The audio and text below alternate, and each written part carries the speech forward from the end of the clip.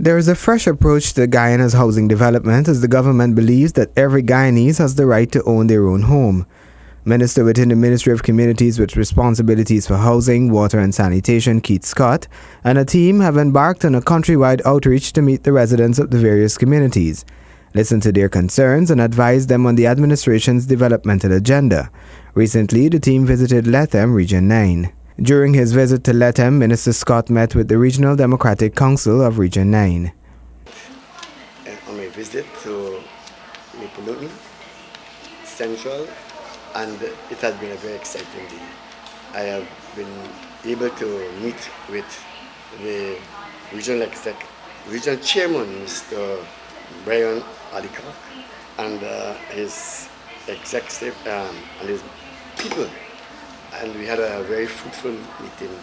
Later on, I met with the IMC chairman, Mr. Beckles, and his councillors, and we had a very animated exchange on the issues that affect the area.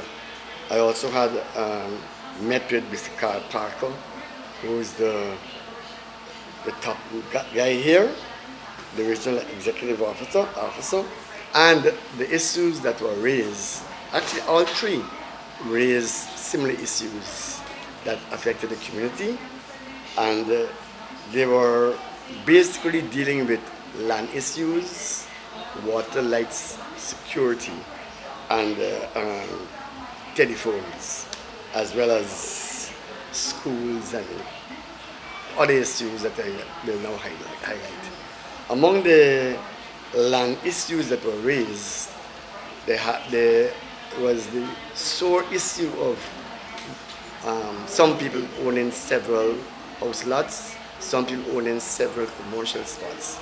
Now we have now come into office, and I have made it my duty to we shall be investigating those type of complaints, because our policy is that one person must own one house lot. One person must allow other persons to equally get an opportunity to own a piece of the land. Efforts are in train to re-establish a land allocation committee which has been dormant for several years now. One of the positives that I have seen develop is that the residents that I met have decided to reform a land allocation committee. It was obviously in operation before.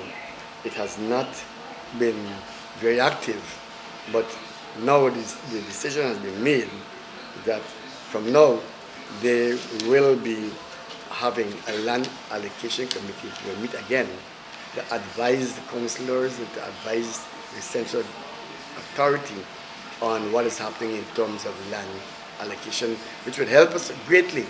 They'll be able to identify persons who have previous house lots, persons who are breaking the law, persons who are extending beyond the boundaries that they're supposed to extend, and so on. So I welcome those persons. The security concerns of the communities within the region were also addressed during the minister's interaction.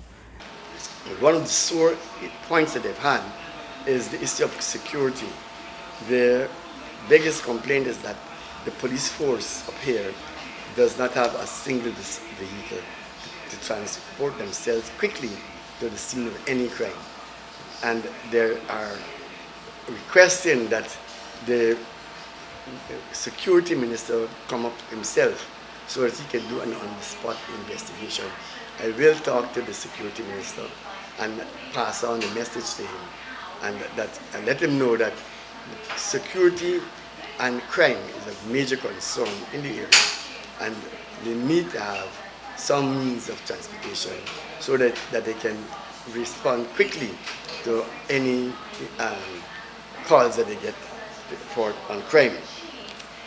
They have also said that in their opinion, the current police outpost has outgrown its usefulness where it's at, and they feel that there should be an enlarged police presence and a better and more modern outpost. Lethem, located in the Upper Takatu Upper Essequibo, is part of the Guyana's Rupununi Savannah and is surrounded by small Amerindian settlements including St. Ignatius, Makamaka, and Tapachinga. The growth and development of this community as a hinterland settlement has been traditionally linked to cattle ranching and other forms of agricultural activities. During the visit, it was observed that this area is in need of a lot of development in terms of the improvement of agriculture, especially in the areas of livestock and cattle rearing, and proper infrastructure. These are just some important ingredients needed for the community to achieve township status. A meeting was held with the Rupununi Chamber of Commerce Incorporated in this regard. My concern is our water situation. It seems as though we're going to be in a dry spell fairly shortly, given the shortness of our rainy season. And last year, there was a study done by the Pan American Health Organization on a water safety plan for Letem. And that plan is very relevant. We can get reliable electricity, but it needs to also be affordable. Our main competition in industry is right across the river. If their electricity is cheaper, industry will develop over there. If we can get reliable, affordable electricity here, it will make a whole lot of difference in our industry and sustainable development, not just buying and selling. I'm also into a little bit of cattle rearing, and I heard you mention land for development. A lot of persons in the Rupununi, not just Letem, in the Rupununi, that are outside of the Amerindian reservations are basically squatting. You just occupy, you make your application, an inspection is done by land and surveys, and that's about as far as it gets. So that would be a concern for us. Acquisition of lands and a land tenure agreement that would encourage further development, faster development. Because we can develop the land over a period of time, but if we have a land tenure agreement where we can seek financing, it will make it a lot faster. All the meetings revealed a number of common issues. Most of these were related to land distribution, water supply, electricity, security, and education. Everywhere that we have gone so far, the first concern I've been told is water problem. Now GWI is on the ball. We are aware that the industrial aspect and the commercial aspect of the society is on some pressure in terms of very little water, no guarantee, and they're not getting that assurance. The houses are of the same headache. We are putting down wells. We are aware that the quality of water has to be addressed. We intend to make sure we get to the level where we can deliver potable water, which we're not doing at the moment. And we are working feverishly on it. And that comes under me, and I can tell you that so far, I have gone to at least 6 different pump stations up here. So that tells you we really intend to. So I'm aware of it, and it's being addressed fully. In terms of affordable electricity, I hinted to you just now that we are already intent to go towards that to Machomari hydro aspect, and we also intend to utilize solar collectively with the two. We intend to also bring down the cost, and I said to you, by December, you will see a reduction in electricity costs. But I'm not going to tell you the full aspect now because I don't want to walk on the toes of another minister. Another minister is Mr. Patterson, who has responsibility for infrastructure, and I understand he's coming here also. Well, he has to come because of that same project I just talked about. So I can tell you secretly then, that or unofficially, that you shall be getting regular and cheaper and very affordable electricity. We do recognize that no industry can ever go forward unless you can have reliable power and affordable power. So it is being addressed, and we are very happy to see that you are aware of it. And in terms of rates and taxes, it's historical. Throughout history, throughout the world, where we have been brought up, we believe that we ought not to pay taxes. That is a historical thing. Very few persons you'd ever come across who will have the positive approach towards taxes, in spite of the fact that they might be educated as to the purpose of taxes. Taxes, eventually by history, became imposed because kings wanted to have money without working too hard for it. Eventually, governments decided that they will take over the ownership of a country, and taxes continued. Those who would have gone into the Bible days would have come across tax collectors who became disciples. Mm-hmm. And the thing is that while we understand a certain negative feeling towards taxes, we should understand it's also our duty to want to pay taxes. But I also feel it's a duty to fight against any system that makes taxes into a level of it being exorbitant or robbing you. It's a duty of a citizen to object to that. But as long as you can see where your taxes happen to be going, once you can see that your tax can look after the valley and the flooding, it means that you can become a part of it. This is one of the reasons why, although we becoming a town, it's more than just becoming a town. We talk about being cohesive, because then you can feel connected to the development of each aspect of out there. We all want to see proper roads. The reason why you see so much red road and roads that are not properly built up, as I said earlier, is simply because if you have a new scheme being developed, you don't put the best road, because heavy duty trucks got to carry materials, and therefore the best road will only last a very short time. What we do, we look at the occupancy. We build the houses on the bad roads or the fair roads. Then you look at occupancy. When you turn into 50 to 60% occupancy of people, then you put the best roads. And that road will last for, if not forever, for a very long time. That is the way that you go about building roads.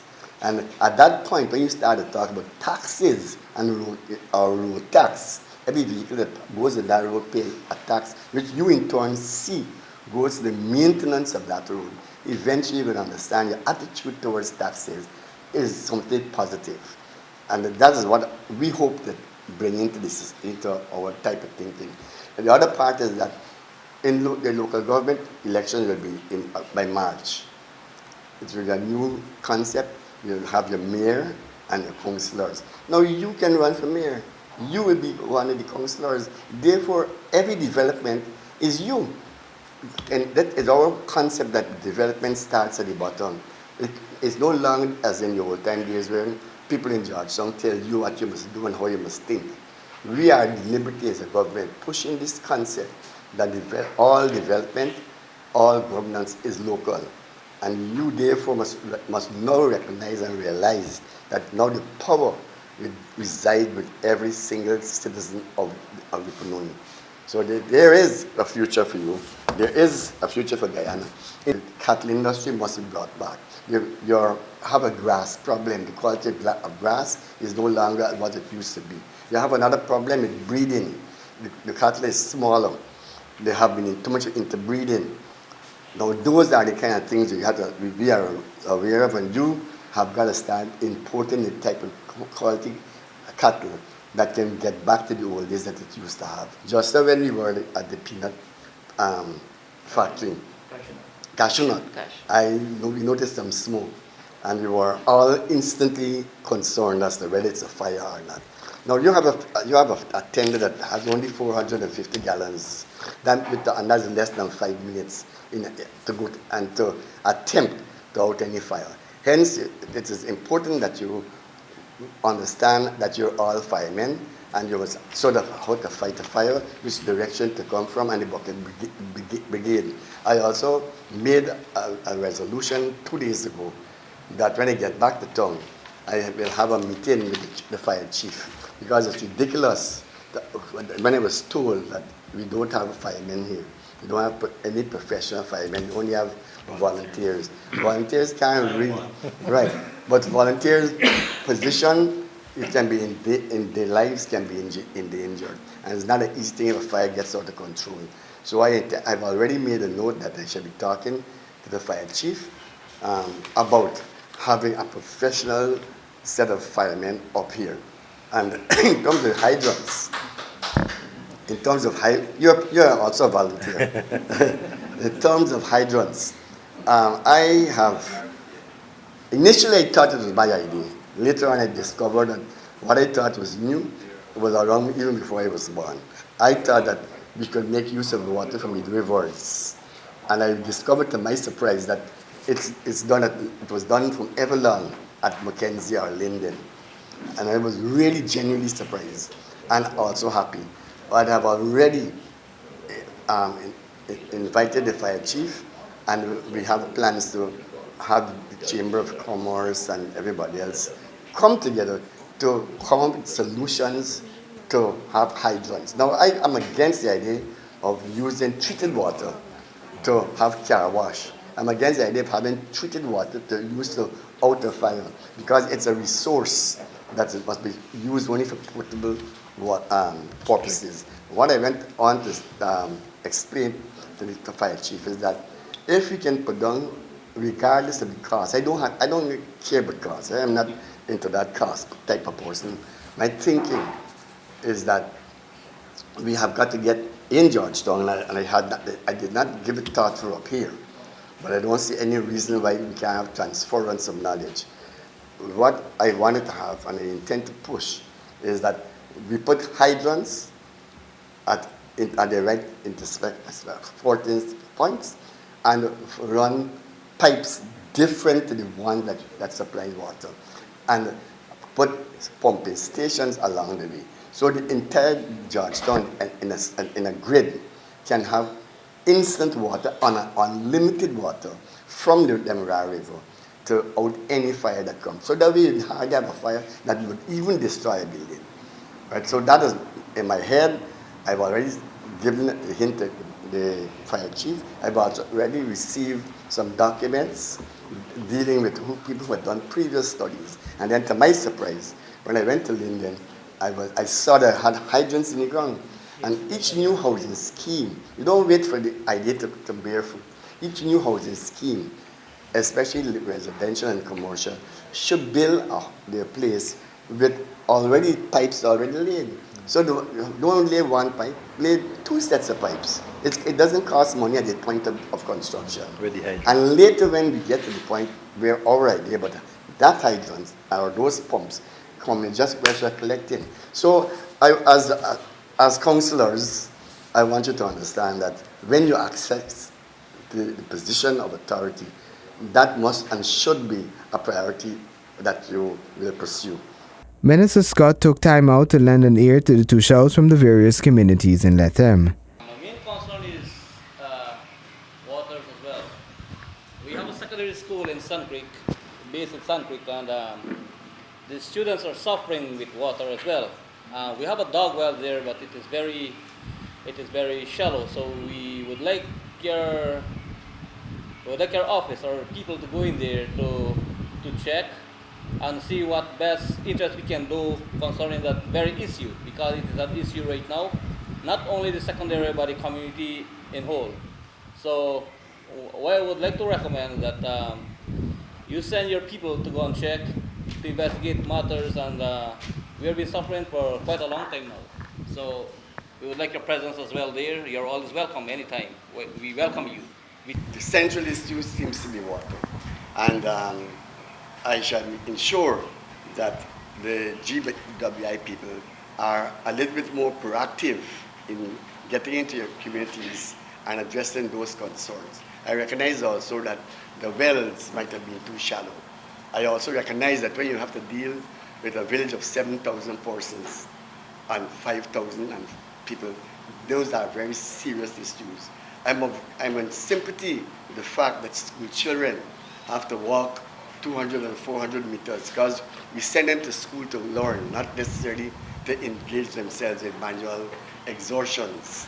So we understand the role that GWI has to play, and we intend to see the GWI take a greater and more proactive role.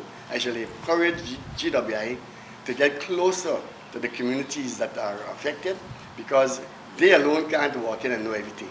They have to get the knowledge on the ground, and they have got to get the help of the people on the ground. So we do respect that, and we do hope that you will embrace the GWI people as the ones who will help you to put on boreholes and everything. And we'll go a little bit further. The sanitary block is very important. And there's no way that it can succeed in a healthy environment unless we do address those issues. We will do that. A discussion was also held with officials of the Neighborhood Democratic Council. The residents were urged during the discussions to monitor the government and hold it accountable. We're not here to condone any form of corruption. Whether it was done in the past is not my business. What I'm saying is if it's allowed to go on, then it reflects on me as the minister. And like the chairman, one of the things that this minister does not stand for is corruption in any form. Right? I have an executive officer who has instructed her staff to not even accept a meal, not even a lunch, because bribery takes many forms. So you have to always recognize if you are about looking after the needs of people, looking after the needs of poor people especially, and looking after fairness, those who have as well as those who don't have, then we have got to be the ones to lead that charge. Hold our feet to the fire as long as you feel that we are not delivering.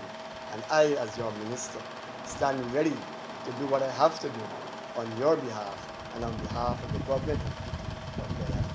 Minister Scott's visit to Lethem Region 9 forms part of an ongoing familiarization exercise to housing areas across the country to assess the conditions under which persons live and observe where there is need for improvement.